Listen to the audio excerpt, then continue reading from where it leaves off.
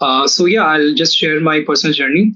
So this was my fourth attempt, like a 2023 CAT attempt was my fourth one, and I'll just urge the students to write the other exams as well apart from the CAT, because many of the students are not aware. Like the SNAP is there, and MAT and ZAT are the other important exams which provide very good colleges in India.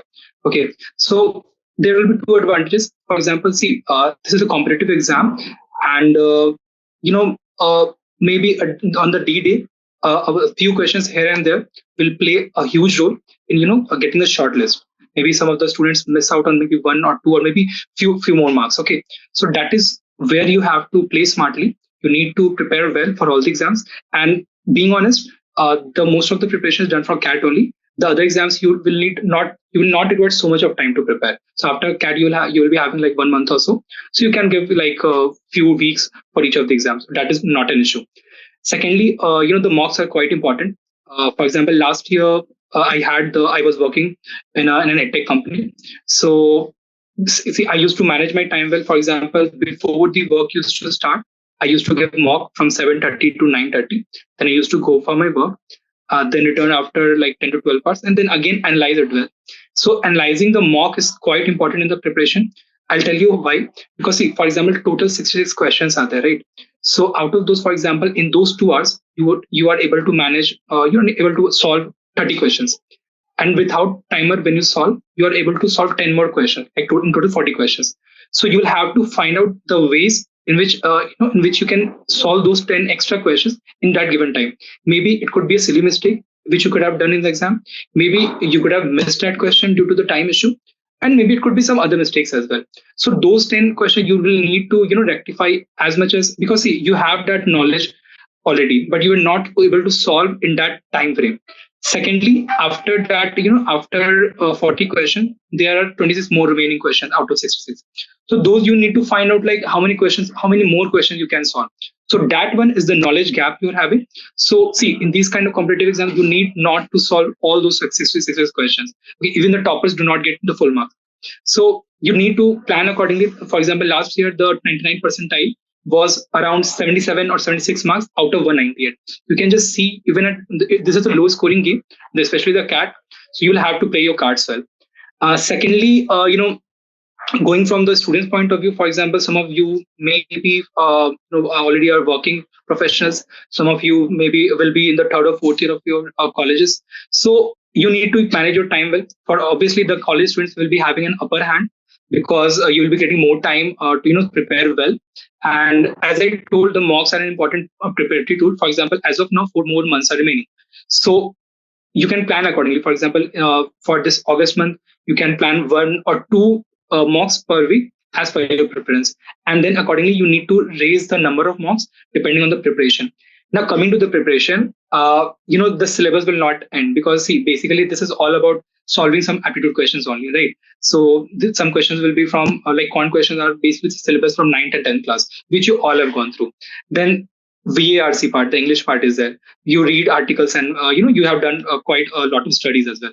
LRD is something which you need some extra preparation, but again, it is some kind of logic which you'll have to put. So, analyzing the mocks again will play an important role. And do not wait that, till the time when you will be completing the syllabus, then you will be going for the, writing the mocks. Just try well, start writing the mocks, analyze it well, fill out your gaps. And I believe this will be the right path for you to, proceed in the right direction. And one more thing, in the last month of your preparation, do not try to learn any extra things, because, like for example, you should be completing your preparation from the learning point of view till the October or maximum mid of November. Last 2 weeks or 3 weeks, just give the whole time for your revision part, because solving questions and not doing the revision will not do justice to your preparation. Maybe, for example, as of now, you may be able to solve few questions. After this 4 months, if you have not revised them well, maybe due to some issue you will not be able to solve. But that is not something I will want to keep things go in that way. So yeah, all the best to you. I'll just open the mic for all the questions and answers, so you can go ahead and ask your doubts and queries.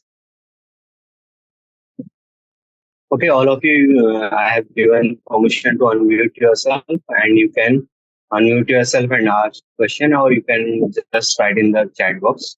So we have a question here from one of our students. He is asking that how long did you prepare for your CAT examination? Okay, so I started last for the 2023 exam which I wrote. I started my preparation from the mid of July, 15 July, and as I told, because I had written CAT multiple times, like 2 to 3 times I've already written. So only the mocks preparation was needed. So on a daily basis, I used to write mocks. So 2 hours for the mocks and 3 to 4 hours or maybe 5 hours, depending on the subjects, the level of difficulty, and depending on the students, I used to give for the analysis. So on a day, maybe you can take like 6 to 7 hours. Again, it will vary depending on the student and the analysis part. Okay. Akshay, you can ask your question. You have right to unmute yourself. Yeah. Hi, Utkarsh. So my Hi. question is that in the data logical reasoning section, like how do you prepare for that? Also, there are a lot of questions wherein you need to do a lot of calculations, like percentages, the multiplication, division, here and there. So how do Yes. you speed up that process? Because I know the solution, but I lack the time. So what is your strategy around that? Okay, I'll tell you what. See, in the CAT exam, a calculator is already given. But if you are using that calculator to solve now, because only the rarest of rare questions will require so much of calculation, because the CAT exam is not testing your calculation capability, it is just testing your logics. And if you're doing the calculations in a long way, then maybe you're doing something wrong. Basically, see, the longer calculations, you will have to, simplify it basically. For example, the percentages are there in the LRDA question which you asked now. You'll have to approximate those. For example, like 101 by 98, and then another fraction will be there, then another fraction will be there. So you'll have to find out the options and eliminate them accordingly. So that will come with practice, obviously. And one more question you asked, do you need like any separate preparation for the LRDI? From my perspective, no. Because there's no fixed syllabus for it, there are a variety of questions. Just start solving those previous year questions, you will get a glimpse of what kind of questions do come in the exam, and obviously the mocks. So I think these will be, if you solve like 200 or 150 sets, that will be more than sufficient for the preparation. You will have like a lot of questions already in bag, so which will put you in a much better place. Thank you for your answer. And one of the questions that is very crucial for the students is that one of the students asked this question for you, that how did you manage your pressure during the exam? It's time pressure is very high during the CAT exam. So how did you manage it during the exam?